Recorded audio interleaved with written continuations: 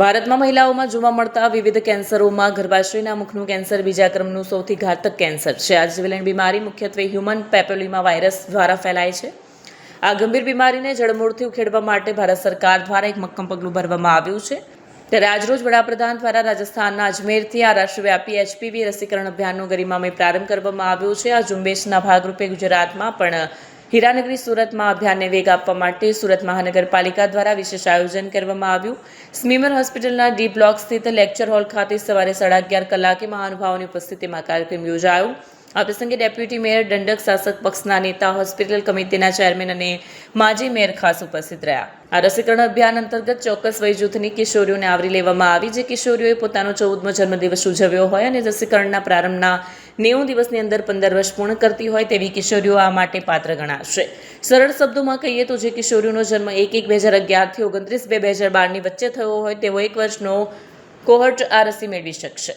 સુરત મહાનગરપાલિકા દ્વારા શહેરના વિવિધ વિસ્તારોમાં કાર્યરત 57 શહેરી આરોગ્ય કેન્દ્રો અને શહેરી સામૂહિક આરોગ્ય કેન્દ્રોને કોલ્ડ ચેઇન પોઈન્ટ તરીકે કાર્યરત કરવામાં આવ્યા હતા. આ અભિયાનમાં સહકાર આપે અને ઉચ્ચ ગુણવત્તાયુક્ત રસીકરણ કરાવી કાર્યક્રમને સફળ બનાવે તેવી અપીલ કરાઈ હતી.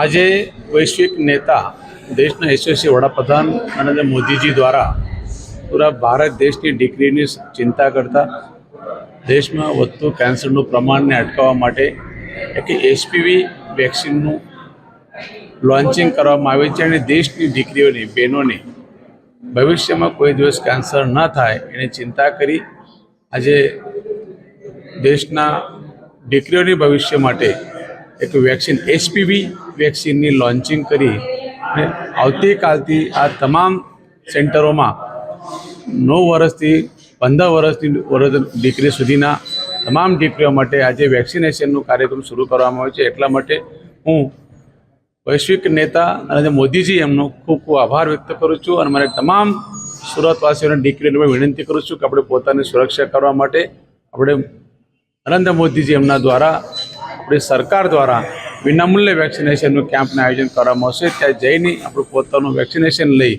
પોતાનું જીવન સુરક્ષિત કરજો.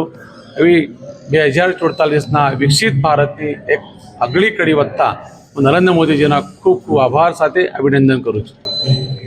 આજે સર્વાઇકલ કેન્સર આ ખૂબ ચિંતાનો વિષય છે. ત્યારે કિશોરીઓનું, મહિલાઓનું ગુણવત્તાસભર શ્રેષ્ઠ આરોગ્ય બને આ માટેની ચિંતા આદરણીય વિશ્વ જનનાયક વડાપ્રધાન શ્રી નરેન્દ્રભાઈ મોદી સાહેબે કરી છે. જેના ભાગરૂપે આજે રાજસ્થાનના અજમેર ખાતેથી રાજ્યવ્યાપી સર્વાઇકલ કેન્સરની વેક્સિનનો શુભારંભ કરવામાં આવ્યો છે. એચપીવી આ વેક્સિનનું આજે સમગ્ર રાજ્યમાં જ્યારે શુભારંભ થયો છે ત્યારે તેના ભાગરૂપે સુરત મહાનગરપાલિકા સંચાલિત સ્મીમેર હોસ્પિટલમાં પણ આ વેક્સિનેશનનો કાર્યક્રમ યોજાયો હતો.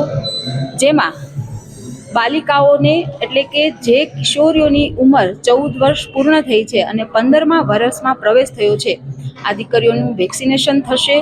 અને આ ખૂબ ચિંતા કરી છે જ્યારે અમારી સરકારે, ત્યારે મને ખૂબ ગર્વ થાય છે કે સુરત મહાનગરપાલિકાના 57 જેટલા હેલ્થ સેન્ટરો પર આ વેક્સિનેશનના કેમ્પ થશે.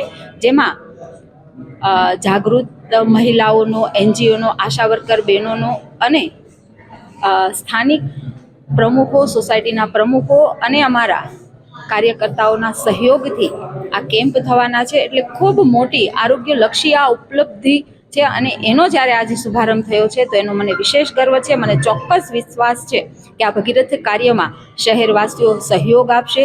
ત્યારે હું આપ સર્વ શહેરવાસીઓને પણ, મારા સુરતીઓને પણ અપીલ કરું છું કે આ સર્વાઇકલ કેન્સરની વેક્સિન દીકરીઓને અપાવીએ અને આ ભગીરથ કાર્યમાં આપ બધા જ સહયોગી બનો એવી અપીલ સાથે જય દ્વારકાધીશ.